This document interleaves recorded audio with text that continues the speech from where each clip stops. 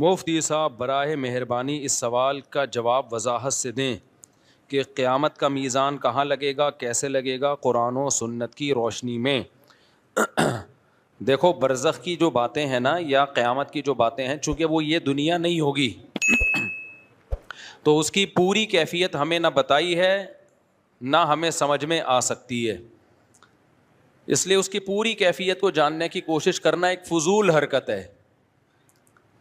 اب مثال کے طور پر جہنم کے اوپر جو پل ہوگا وہ بال سے زیادہ باریک ہوگا، تلوار سے زیادہ تیز ہوگا. وہ پل کیا ہے؟ وہی صراط مستقیم ہے جس پر آپ دنیا میں چلے ہو. اللہ اسی کو ایک صورت اور شکل دے کے پل پہ قائم کر دیں گے، پل بنا دیں گے. تو کیا اس کی مثال دی جا سکتی ہے دنیا میں؟ ظاہر ہے نہیں دی جا سکتی. تو جتنا ہمیں بتایا گیا ہے ہم اس پر ایمان لاتے ہیں، اور جو نہیں بتایا گیا ہم اس کی تفتیش میں نہیں جاتے. جو ہمارے کام کی چیز تھی وہ اللہ نے ہمیں بتا دی ہے. اس کی مثال ایسے ہے جیسے مشرکین نے پوچھا روح کیا چیز ہے؟ روح جو ہماری باڈی میں روح ہوتی ہے نا، جس کی وجہ سے ہم زندہ ہوتے ہیں. تو اللہ نے فرمایا قل الروح من امر ربی، اللہ کا ایک حکم ہے. اب یہ پورا ایکسپلین تھوڑی کیا اللہ تعالیٰ نے. اور اب سوال پیدا ہوتا ہے اللہ تو نے ہمیں پورا ایکسپلین تو کیا نہیں کہ روح کیا چیز ہوتی ہے، تو نے تو کہہ دیا میرا حکم ہے بس. آگے اللہ نے اس کا جواب دیا ہے. روح کا جواب پورا نہیں دیا، اس کا جواب دیا کہ میں نے پورا جواب کیوں نہیں دیا. ٹھیک ہے نا؟ اس اشکال کا اللہ نے جواب دیا وما اوتیتم من العلم الا قلیلا. اللہ کہتے ہیں ہم نے تمہیں علم بہت تھوڑا دیا ہے. علم ہے تمہارے پاس لیکن اتنا نہیں ہے جتنا تم سمجھ رہے ہو. تو جتنی تمہاری کیپیسٹی ہے دماغ کی، اس کیپیسٹی کے حساب سے اتنا جواب کافی ہے کہ روح اللہ کا ایک حکم ہے. جب وہ باڈی میں ہوتا ہے تو ہم زندہ ہوتے ہیں، باڈی سے نکلتا ہے تو ہم مر جاتے ہیں. اور عجیب بات ہے میڈیکل سائنس نے اتنی ترقی کر لی، اب تک وہ بھی روح کو یعنی زندگی اور حیات کو ایکسپلین نہیں کر سکی ہے. پتہ ہے آپ کو یہ بات؟ میڈیکل سائنس کا علم جو ہمارے پاس ہے، ڈاکٹروں کے پاس ہے، وہ بھی بہت تھوڑا ہے، اتنا تھوڑا ہے. یہ جو جینز کا علم ہے نا، جین جس میں ڈاکٹر گھسے ہوئے اندر، ایک جینیٹک سائنس کے ڈاکٹر نے مجھے بتایا آسٹریلیا میں کہ اس میں 2% کا تو ہمیں پتا چلا ہے، وہ بھی 100% نہیں، 98% کا تو کخ بھی پتا نہیں ہے. نہیں آئی میرا خیال ہے بات؟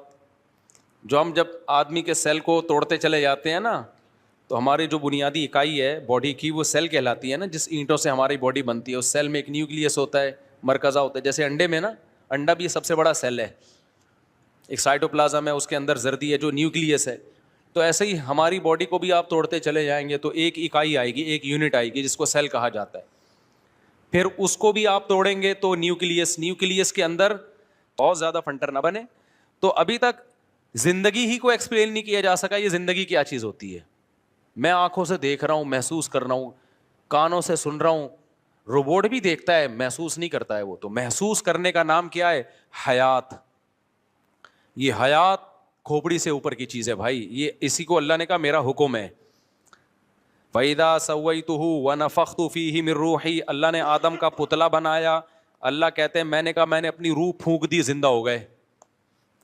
یار مجھے ایک بات بتاؤ، جب انسان مرتا ہے تو پوری باڈی تو ویسے ہی ہوتی ہے، سب کچھ وہی پارٹس بنے ہوئے، تو ہل کیوں نہیں رہا ہے؟ آپ کہہ سکتے چونکہ دل نہیں حرکت کر رہا تو دل حرکت کرا دو اس کا. ماں کے پیٹ میں کیسے دل حرکت کرنا شروع کرتا ہے بھائی فرسٹ ٹائم؟ کسی کی سمجھ میں نہیں آتا. یہ ڈاکٹر کہتے ہیں کہ میں نے ڈاکٹروں سے پوچھا ہے، ہوائی باتیں نہیں کر رہا، کہ جب پہلی دفعہ ماں کے پیٹ میں بچے کا دل دھڑکتا ہے تو کیوں دھڑکتا ہے؟ پہلی دفعہ کس نے دھڑکایا؟ میڈیکل سائنس اس بات کو بیان کرنے سے اب تک عاجز ہے. سمجھتے ہو؟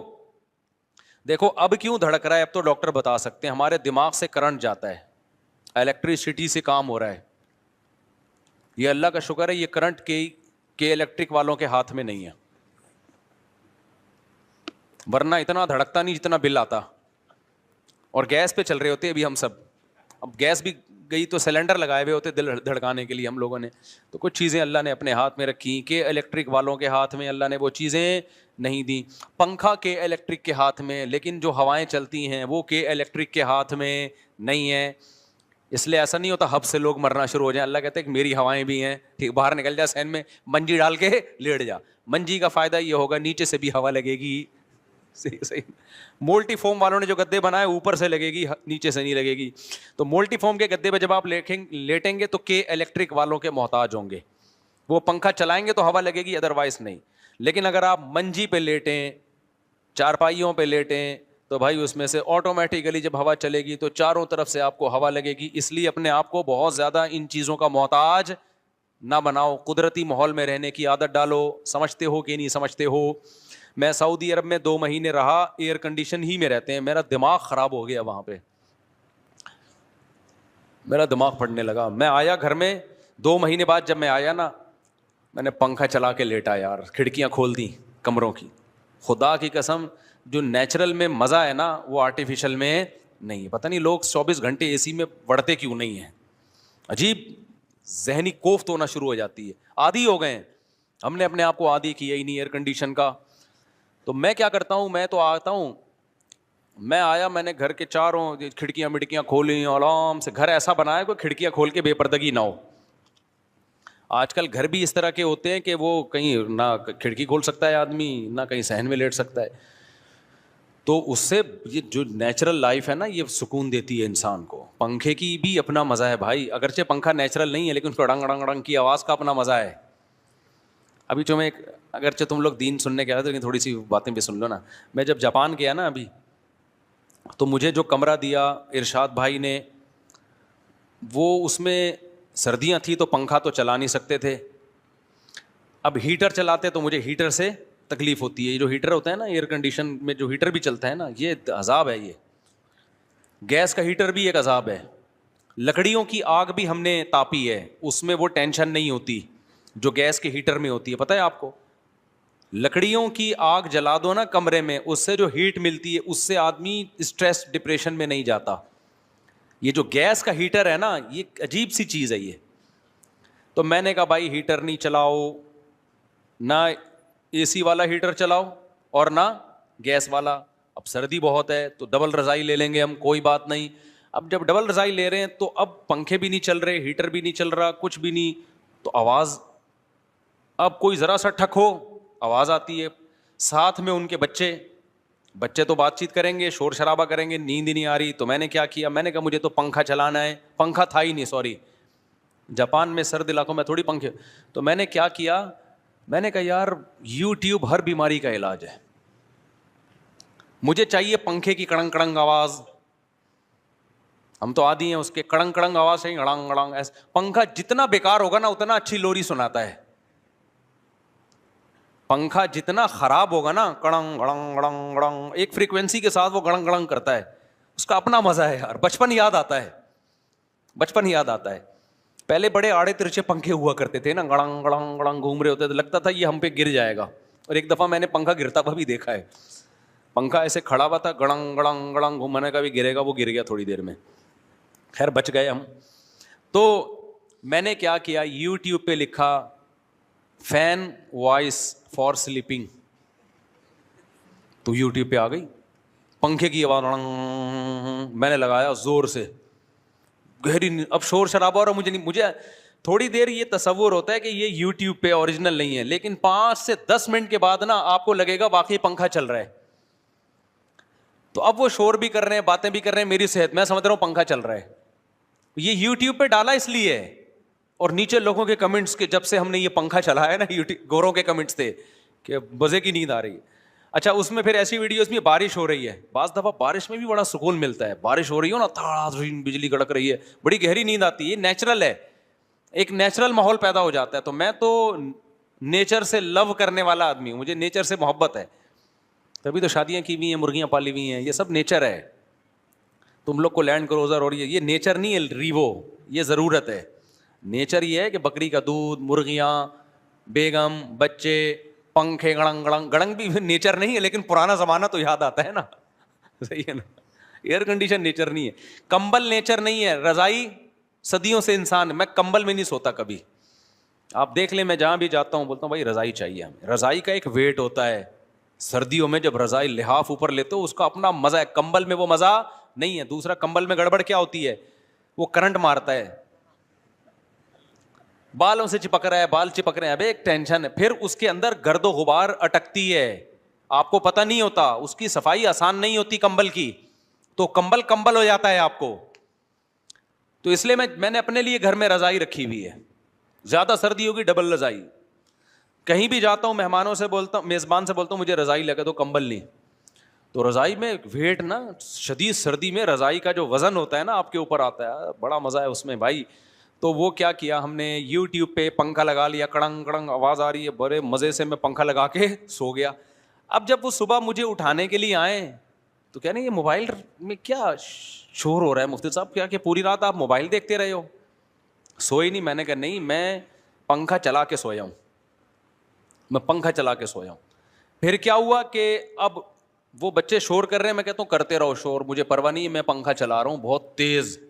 جب زیادہ شور ہوتا تھا تو پنکھے کی آواز کیا کر دیتا تھا, بڑھا دیتا. یہ بڑی مزے کی چیز ہے, یوٹیوب پہ سرچ کریں, بڑا مزہ آتا ہے اس.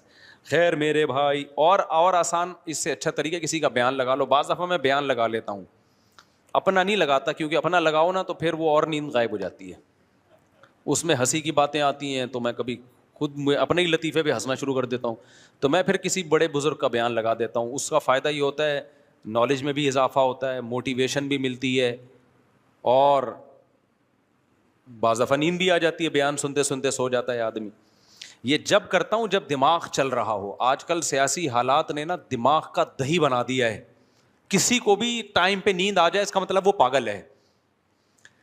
ادھر سے فوج کے خلاف بیان, ادھر سے پی ٹی آئی کے خلاف بیان, ادھر سے جے یو آئی کے خلاف بیان, ادھر سے مسلم لیگ کے خلاف بیان, ادھر سے مسلم لیگ کا زرداری کے خلاف بیان. ویڈیوز بھی دیکھ رہے ہیں, صحافیوں کو بھی سن رہے ہیں, ادھر کی سنو ادھر, اتنا دماغ کی دہی ہو جاتا ہے. پھر میں بند کر دیتا ہوں, میں دفع کرو یار, ہم ایسی کی تیسی, ہم اگلے کی ٹینشن اپنے اوپر کیوں لیں. تو اس کے لیے پھر رات کو پنکھا چلانا بولو ضروری. تو پھر پنکھا چلا کے سوئے, جب بھی ایسے ٹینشن ہونا بیان لگا دو یا پنکھا چلاؤ. تو خیر کہاں سے کہاں بات چلی گئی. تو میں جو سوال پوچھا تھا کہ بہت ساری چیزیں ہماری مینٹل لیول سے اوپر کی ہیں, تو ہمیں آخرت کی جو باتیں بتائی گئی ہیں, ترازو بھی لگے گا, اس ترازو کی کیفیت کیا ہوگی. ایسے کوئی فرشتہ یوں کر کے بٹے لے کے بیٹھا ہوا ہوگا ترازو کے, یا کوئی ڈیجیٹل ترازو ہوگا, کیا ہوگا یہ ہمیں اب بتایا تو گیا. ترازو کے ایک پلڑے میں گناہ رکھے جائیں گے, ایک پلڑے میں نیکیاں رکھی جائیں گی. بس ہماری فہم کے مطابق بات کی گئی ہے. دیکھو ترازو تو یہ بھی ہے جو آج کل تھرمامیٹر بھی تو ایک ترازو ہے نا, جو ٹیمپریچر کو ناپتا ہے. اب 1400 سال پہلے کسی کو بتایا جائے کہ ایک ترازو ایجاد ہوگا 1400 سال کے بعد جو بخار کو ناپے گا کہ کتنا ہے, تو کسی کی سمجھ میں آتی ہے یہ بات کہ بخار کے ایک پلڑے میں لا کے رکھیں گے؟ نہیں بھائی, ایک جو پارا ہے نا, پارا وہ زبان کے نیچے رکھا جائے گا, وہ بتا دے گا. تو اعمال کیسے تولے جائیں گے اس کی حقیقت اللہ جانتا ہے. تو اللہ نے ہمیں جو جتنا بتا دیا ہم اس پر ایمان رکھتے ہیں. پوری کیفیات نہ ہمیں معلوم ہے, نہ ہمیں ان چیزوں میں پڑھنے کی ضرورت. جو چیز ہماری پریکٹیکل لائف سے جس کا تعلق تھا اتنا اللہ نے ہمیں بتا دیا, اور آگے ہم جانے کی کوشش کریں گے تو اللہ نے کہا وما اوتیتم من العلم الا قلیلا, تمہیں اللہ نے نالج بہت کم دی ہے. نالج کا مطلب کیپیسٹی تمہاری نالج کی بہت کم ہے, اس سے آگے بڑھنے کی کوشش مت کرو. یہی اللہ کے بارے میں بھی, اللہ عرش پر ہے, علم اور قدرت کے لحاظ سے ہر جگہ ہے. کیسے ہے بھائی ہمیں نہیں پتا, اس میں ہم جا نہیں سکتے آگے. اچھا بھائی مفتی صاحب, طلاق کے بعد عدت کے دوران عورت کو نکاح کا پیغام بھیجنا جائز ہے یا نہیں؟ حرام ہے بالکل. نیز طلاق کے بعد عورت کی کتنے مہینے عدت ہوتی ہے؟ 3 مینسز. عورت کو 3 مینسز آ کے ختم ہو جائیں گے نا تو اس کی عدت پوری ہو جاتی ہے. اور اگر کوئی ایسی عورت ہے جس کو مینسز آنا بند ہو گئے ہیں, عمر زیادہ ہو گئی ہے, تو پھر 3 مہینے. اور اگر وہ پریگننسی میں تھی, پریگننٹ تھی, تو بچے کی ولادت. یہاں میں ایک اور مسئلہ بیان کرتا چلوں. آج کل ایتھیس لوگوں نے ایک بڑا مسئلہ اٹھایا ہوا ہے کہ اسلام نابالغ بچی کی شادی کی بھی اجازت دیتا ہے, اور اس کو بڑا تماشا بنا کے پیش کر رہے ہیں. ہمارے کچھ اسکالرز ان کا جواب دے رہے ہیں, مگر وہ جواب غلط جواب دے رہے ہیں. اگرچہ ان کی نیت اچھی ہے ان اسکالرز کی, اسلام کا دفاع کر رہے ہیں, لیکن وہ دفاع میں اسلام کے حکم کو بھی چینج کر رہے ہیں وہ. اور ایک مشہور جہلم کے صاحب ہیں, وہ بیچاروں کو قرآن کا پتہ وتا ہے نہیں, انہوں نے ترجمہ ہی غلط کر دیا قرآن کی آیت کا. تو سورہ طلاق میں اللہ تعالیٰ نے 28ویں پارے میں نابالغ بچی کی شادی کا باقاعدہ ذکر کیا ہے. واللائی یئسن من المحیض من نسائکم ان ارتبتم فعدتہن 3 اشہر واللائی لم یحضن. اللہ فرماتے ہیں جو عورتیں جن کو حیض آنا بند ہو گیا ہو، ان ارتبتم اگر تم شک میں ہو. وہ جہلم والی سرکار نے ارتبتم ہی کو غلط مطلب کر دیا اس کا. اگر تم شک میں ہو کہ ان کی عدت کیسے پوری ہوگی تو اللہ کہتے ہیں 3 مہینے ہیں. واللائی لم یحضن. اسی طرح جن عورتوں کو ابھی تک حیض آیا ہی نہیں ہے ان کی عدت بھی کتنی ہے؟ 3 مہینے. تو جن کو حیض آنا شروع ہی نہیں ہوتا وہ نابالغ ہی ہوتی ہیں اور کچھ اور نہیں ہوتی. تو یہ کوئی فقہ حنفی کا نہیں ہے، یہ چاروں اماموں کی یہی رائے ہے اس بارے میں. چاروں اماموں کا اتفاق ہے کہ نابالغ بچی کی اگر شادی ہوئی تو ہو جائے گی. سمجھ میں آ رہی ہے بات کہ نہیں آ رہی؟ تو آپ ملحدین کو جواب دینے کا وہ طریقہ اختیار نہ کریں جس سے اسلام ہی کی لمٹ کراس کر دیں آپ. اس کی بالکل ایسے مثال ہے، یعنی جن لوگوں نے ملحدین کو جواب دے رہے ہیں نا، کہہ رہے ہیں نہیں یہ اس سے نابالغ بچی مراد نہیں ہے، اس سے تو وہ بالغ ہے جس کو ابھی حیض آنا شروع ہی نہیں ہوا ہو. ایسا نہیں ہے، اس سے وہ بچی مراد ہے جس کو ابھی حیض آنا شروع نہیں ہو. باقی اس اعتراض کا جواب کیا وہ میں ابھی دیتا ہوں. بہت آسان جواب ہے اس کا، اتنی زیادہ راکٹ سائنس نہیں ہے اس کے جواب میں. وہ جواب میں ابھی دیتا ہوں آپ کو. یہ بالکل ایسا ہی ہے جیسے جب غیر مسلموں نے اسلام پہ اعتراض کیا نا، 4 بیویاں اسلام میں اجازت ہے، تو بعض اسکالر نے، غامدی صاحب نے کیا کیا، ایکچولی کر کے اس 4 بیویوں کا ہی بیڑا غرق کر دیا. ایکچولی وہ تو اس وقت اجازت دی گئی تھی جب مرد بہت جنگوں میں تھوڑے رہ جاتے تھے، عورتیں بہت ہوتی تھی خاص اسپیسیفک صورتوں میں، ادروائز یہ کوئی قابل تعریف نہیں ہے. حالانکہ یہ جواب غلط ہے.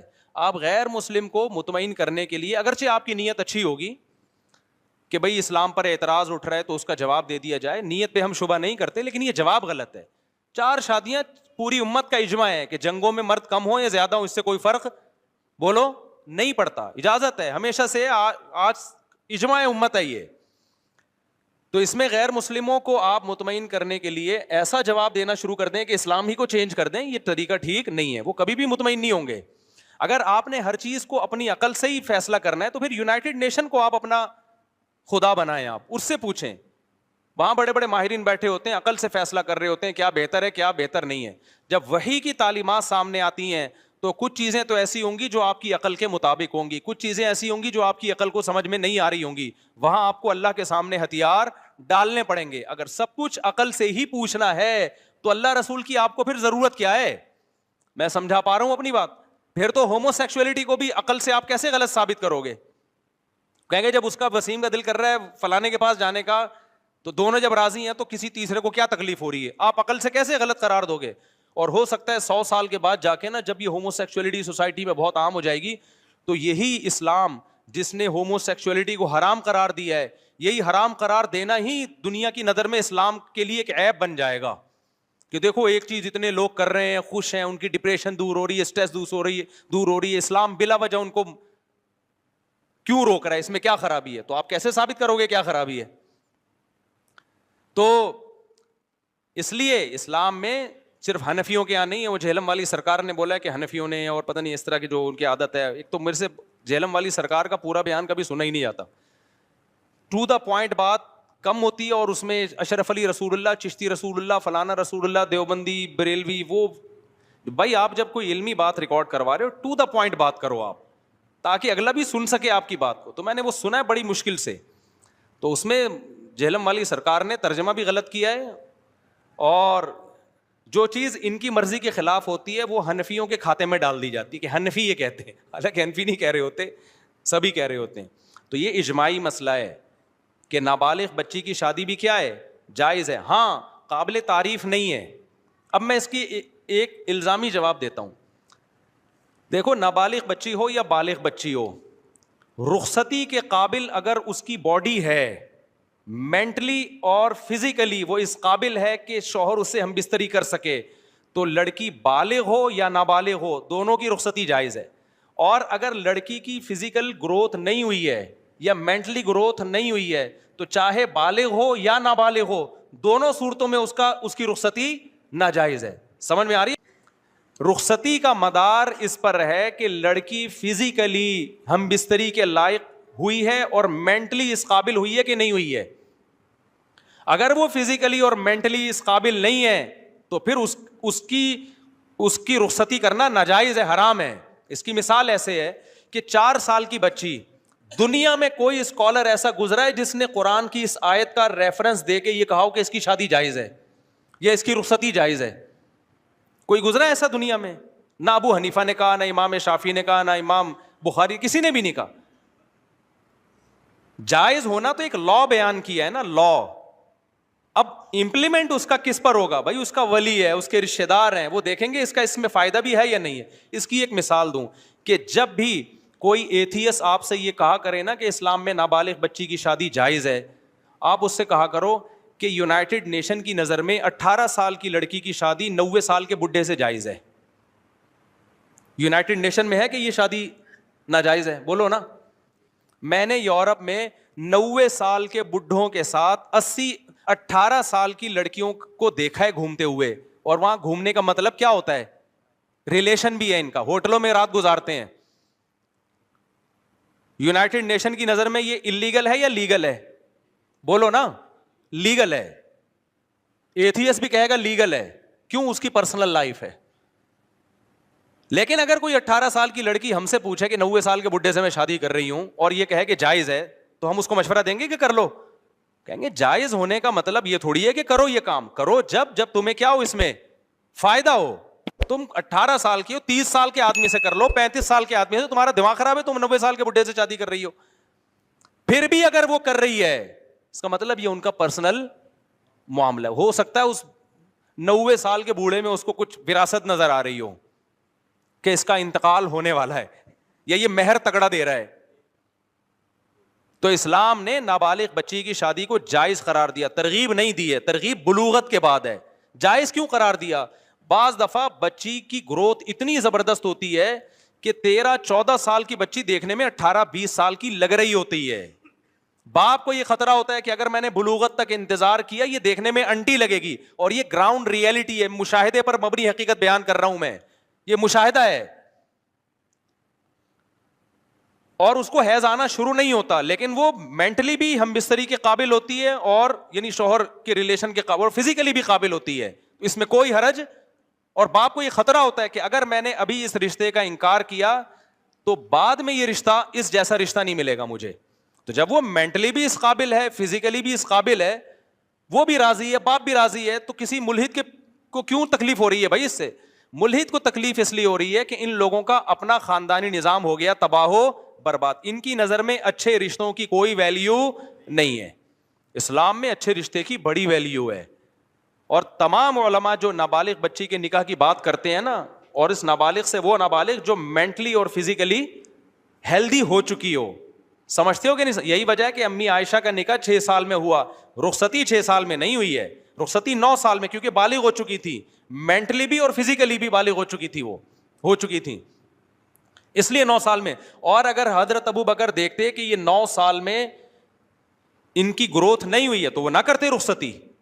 کیونکہ مدار اس پر نہیں ہے کہ بالغ ہو چکی ہے کہ نہیں ہو چکی ہے، مدار اس پر ہے کہ اس کی جو جسمانی اور مینٹلی جو ہیلتھ ہے، اس ذہنی اور جسمانی نشو نما، اس میں وہ میچور ہو چکی ہے کہ نہیں ہو چکی ہے.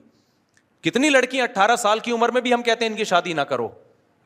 اب کوئی ماں باپ یہ کہیں کہ اللہ تعالیٰ نے تو اجازت دی ہے جلد شادی کی، ہم کہتے ہیں جی ہے، اوور آل اجازت ہے، لیکن آپ کی بچی مینٹلی جو ہے نا وہ سسرال کو ابھی نہیں سنبھال سکتی.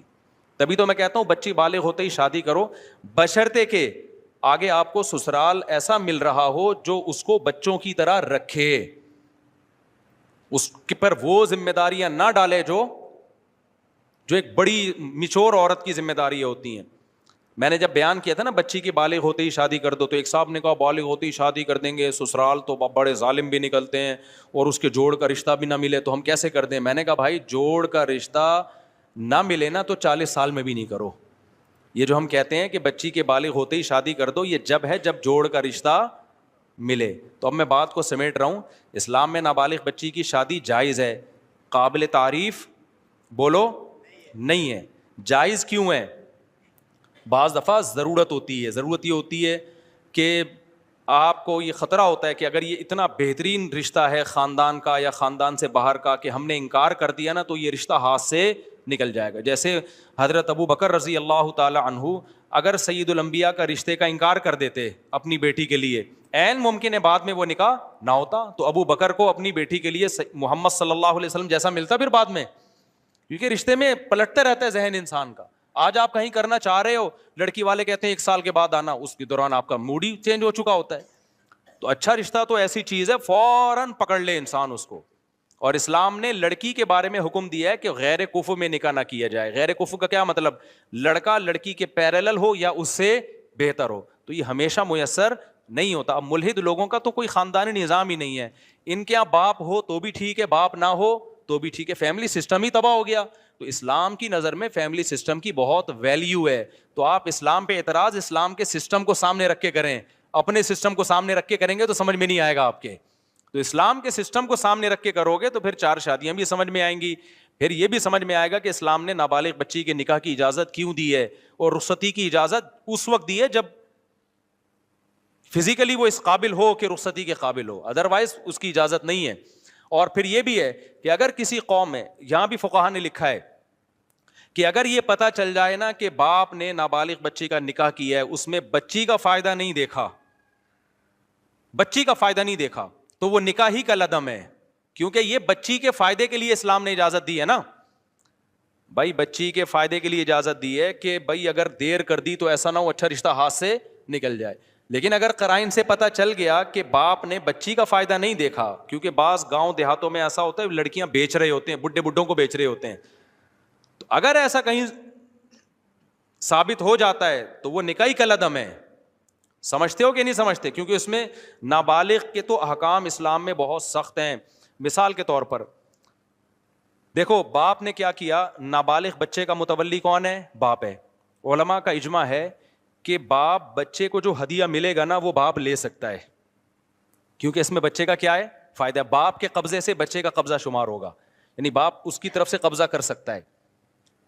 لیکن بچے کی طرف سے باپ صدقہ نہیں کر سکتا بچے کی رقم میں سے, کیونکہ صدقے میں دنیا کا نقصان ہو رہا ہے, آخرت کا تو فائدہ ہے, لیکن دنیا میں کس کا نقصان ہو رہا ہے؟ بچے کا. تو بچے کے حق میں وہ تصرفات نافذ ہوں گے جس سے بچے کو فائدہ ہو رہا ہے. بچے کو جب نقصان ہو رہا ہے تو پھر وہ تصرفات نافذ نہیں ہوں گے. اور آسان مثال دیتا ہوں میں. باپ نے کیا کیا, بچے کے پاس مال ہے نا, باپ اس کا متولی ہے. اب کیا ہے, بچے کے پاس 1 کروڑ روپے ہیں, فار ایگزامپل اس کے بھائی مر گیا تھا, اس کی وراثت میں آئے یا کسی بھی طریقے سے آ گئے, یا کسی نے بچے کو ہدیہ دے دیا. اب علماء کہتے ہیں باپ جب بچے کی پراپرٹی خریدے گا نا, اس سے 1 کروڑ روپے کی پراپرٹی خرید لی, خرید تو سکتا ہے, بیچ نہیں سکتا, کیونکہ پراپرٹی رکھنے میں بچے کا فائدہ ہے, بیچنے میں کیا ہے؟ جب تک یہ ثابت نہ ہو جائے کہ اس پراپرٹی کے بیچنے میں 100% بچے کا فائدہ ہے. ایک بات. نمبر 2, غبن فاحش پہ خرید تو سکتا ہے, یعنی ایک پراپرٹی بہت سستی مل رہی تھی, کوڑیوں کے دام, باپ خرید سکتا ہے بیٹے کے لیے, لیکن بیٹے کی پراپرٹی مارکیٹ ویلیو سے کم پہ بیچے گا تو وہ کلدم ہوگا, وہ بیچنا, وہ کیا ہوگا؟ وہ بے نافذ ہی نہیں ہوگی, کورٹ میں اس کے خلاف کیس ہو سکتا ہے, حکومت خود کیس کرے گی کہ بھائی یہ نابالغ بچہ تھا, تمہارا بیٹا تھا, تم نے اس کی پراپرٹی 1 کروڑ کی 50 لاکھ میں کیوں بیچ دی؟ جو خریدے گا نا اس سے پیسے واپس لے کے پراپرٹی بچے کے حوالے کر دی جائے گی. تو اس سے پتہ چلتا ہے کہ اسلام کے تمام احکام نابالغ بچے کے فیور میں جاتے ہیں. جو حکم بھی نابالغ بچے کے اگینسٹ جا رہا ہوگا, شریعت اس حکم کو کیا کر رہی ہے؟ بولو, کلعدم. تو اسلام نے جو نابالغ بچے کی بھی شادی جائز ہے, بچی کی بھی جو شادی جائز قرار دی ہے نا, یہ بچے کے فیور میں ہوگی تو ہوگی, بچے کے اگینسٹ ہوگی تو نہیں ہوگی. تو بچے کے فیور میں کیا ہے؟ بچی بالغ ہو چکی, یعنی اگرچہ نابالغ ہے لیکن فزیکلی اور مینٹلی کیا ہو, وہ میچور ہو چکی ہو. نمبر 2, جہاں نکاح باپ کر رہا ہے اس میں دیکھا جائے گا بچی کا واقعی فائدہ ہے یا نہیں ہے. ایسا تو نہیں ہے پیسے لے کے, لالچ لے کے کہیں بچی کو بھیٹ چڑھا رہا ہے. اگر ایسا کوئی تصرف ہے تو پھر نافذ نہیں ہوگا. اور آسان مثال دیتا ہوں, نابالغ لڑکے کی بھی شادی جائز ہے. اب نابالغ لڑکے کے تمام امور کس کے ہاتھ میں ہوتے ہیں؟ باپ کے ہاتھ میں. اب کمال کی بات دیکھو, نابالغ بچے کی طرف سے باپ نکاح کو قبول کرے گا لیکن طلاق باپ نہیں دے سکتا. نابالغ بچہ تو ویسے ہی نہیں دے سکتا کیونکہ اس میں اس کا نقصان ہے نا طلاق دینے میں. تو بچہ وہ تصرفات بچے کے اوپر نافذ ہوتے ہیں جس میں بچے کا فائدہ ہے. جن میں بچے کا نقصان ہے نا, وہ بچہ بھی نہیں کر سکتا. نابالغ بچہ صدقہ نہیں کر سکتا. پتہ ہے آپ کو, اگر نابالغ بچہ آئے 10 11 12 سال کا, مجھے اپنی گھڑی گفٹ دے دے اور دل کی خوشی سے دے, 2 آدمی اس پر گواہ بھی ہوں, تب بھی شریعت میں وہ گفٹ میرے لیے حلال نہیں ہے. کیوں؟ اس تصرف میں بچے کا نقصان ہے. تو جس تصرف میں بچے کا نقصان ہوتا ہے, بچہ وہ خود بھی نہیں کر سکتا, کیونکہ شریعت کہتی ہے ابھی یہ میچور نہیں ہے, ہو سکتا ہے بے وقوف بن کے کر رہا ہو یہ کام. سمجھ میں آ رہی ہے بات کہ نہیں آ رہی؟ تو اسی وجہ سے نابالغ بچے کا نکاح ہو گیا, اگر وہ طلاق دے گا تو طلاق بھی نافذ نہیں ہوگی, کیونکہ اس میں بچے کا کیا ہے؟ نقصان ہے. تو نابالغ بچے کو شریعت نے اپنے اوپر نقصان کا کنٹرول نہیں دیا, تو اس کے ماں باپ کو کہاں سے کنٹرول دے دیا؟ تو اس کی طلاق نافذ نہیں ہوگی.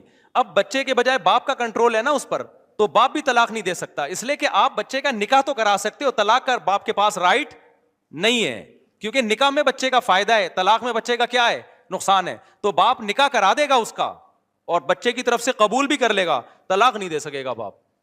تو جتنا اسلام نابالغ بچے بچیوں کو فیور کر رہا ہے نا, یہ ملحد لوگ اس کی خاک کے برابر بھی نہیں پہنچے ہیں, اور ان کا خاندانی سیٹ اپ ہی نہیں ہے, ان کی نظر میں نکاح کی ویلیو نہیں ہے, اچھے رشتوں کی ویلیو نہیں ہے, اس لیے اٹھا کے یہ صبح و شام پھینکتے رہتے ہیں اسلام نے نابالغ بچے کی شادی کی اجازت دے دی, پھر کہتے ہیں 3 سال کی بچیوں کی شادی بھی جائز ہے, 4 سال کی بچیوں کی شادی بھی جائز ہے. او بھائی, پھر ہم تم سے سوال پوچھتے ہیں کہ 18 سال کی لڑکی جس کو تم کہتے ہو جائز ہے, 90 سال کے بڈھے سے بھی تو جائز ہے تمہارے مذہب میں. یونائٹڈ نیشن کی طرف سے یہ پابندی نہیں. 18 سال کی لڑکی میں نے دیکھی ہے یورپ میں 90 سال کے بڈھوں کے ساتھ, اس پہ تو کوئی ملحد انکار ہی نہیں کر سکتا. میں سمجھ رہا تھا یہ پوتی ہے اور یہ دادا ہے اس کے, آپس میں گلے مل رہے تھے ایسے محبت سے. میں نے کہا یار کیا باپ بیٹی کا, لوگ خام خواہ میں کہتے ہیں ووڈ ہاؤس میں جمع کرا دیتے, کسی نے باپ بیٹی نہیں ہے, یا تو میاں بیوی ہیں یا گرل فرینڈ بوائے فرینڈ ہے.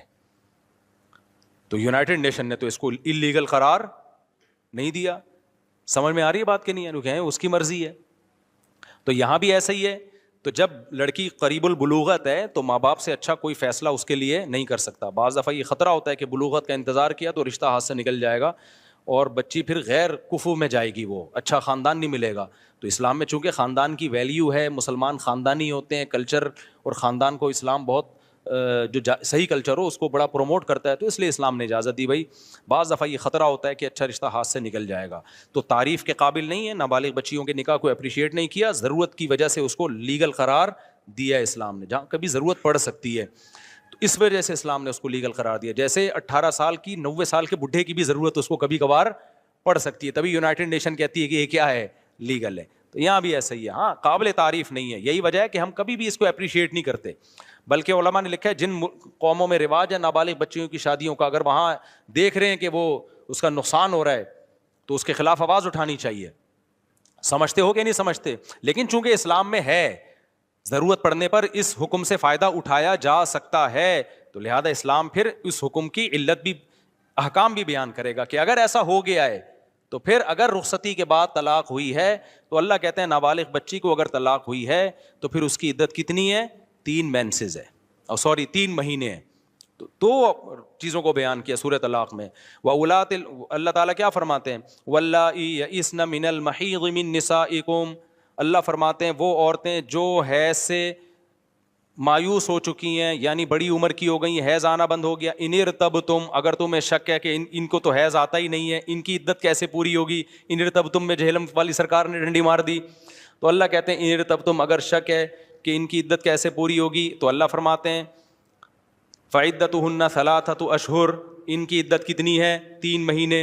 آگے اللہ نے فرمایا یہ تو وہ ہیں جن کو حیض آنا بند ہو گیا ہو, بوڑھی ہوں. اب ذرا ہم پیچھے کی طرف بھی آتے ہیں جن کو بھی حیض آنا شروع ہی نہیں ہوا, وَاللَّائِي لَمْ يَحِضْنَ, تو ان کی بھی یہی عدت ہے. بیچ کی عورتیں ہیں جو درمیانی عمر کی ہیں, ان کو اللہ نے سورہ بقرہ میں بیان کر دیا کہ ان کی عدت 3 قروء, 3 حیض ہے. تو صاف 2 اور 2 4 کی طرح, اس میں کوئی حنفی شافی کچھ بھی نہیں ہے. جہلم والی سرکار نے بلا وجہ ہر چیز میں اپنا بغض حنفیوں کے خلاف نکالنا, پتہ ککھ بھی نہیں ہے. صحیح ہے نا؟ مفتی صاحب ملاقات کے بعد یہ ہو گیا. بھائی عدت کے دوران نکاح کا پیغام بھیجنا بھی حرام ہے, صرف اتنا جائز ہے گول مول طریقے سے بات چیت کر سکتے ہو. گول مول, جیسے کوئی عورت بیوہ ہو گئی تو آپ کہہ سکتے ہو کہ بھئی جب آپ کی عدت ختم ہو تو ایک اچھا رشتہ ہے, مراد آپ خود ہی ہو اس سے.